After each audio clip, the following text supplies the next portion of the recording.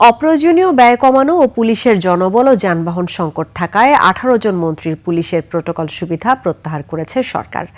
এখন প্রধানমন্ত্রী ও বিরোধী দলীয় নেতাসহ মোট 14 জন পুলিশের মুভমেন্ট এসকর্ট সুবিধা পাবেন। তবে প্রধানমন্ত্রী তারেক রহমানও তার প্রোটোকল কমিয়ে এনেছেন।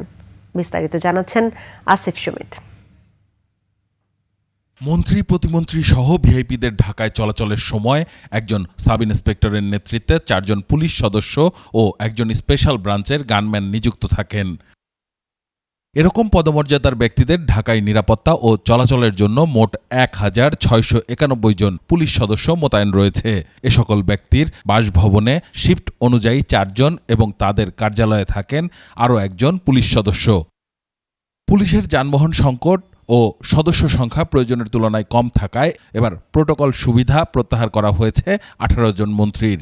এর আগে অবশ্য কয়েকজন মন্ত্রীও তাদের এসকর্ট সুবিধা বাতিলের অনুরোধ করেছিলেন। সরকারের এই নির্দেশনা শুধুমাত্র ঢাকা মহানগরী এলাকায় বাস্তবায়ন হবে, তবে ঢাকার বাইরে তারা বিধি অনুযায়ী পুলিশি নিরাপত্তা পাবেন।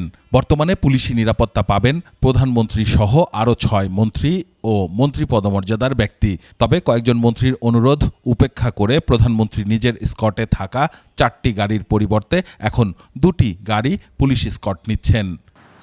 এছাড়াও চলাচলের সময় পদাধিকার বলে পুলিশি নিরাপত্তা পেয়ে থাকেন জাতীয় সংসদের স্পিকার, ডেপুটি স্পিকার, বিরোধী দলীয় নেতা, সরকারি ও বিরোধী দলের উপনেতা এবং চিফ হুইপ।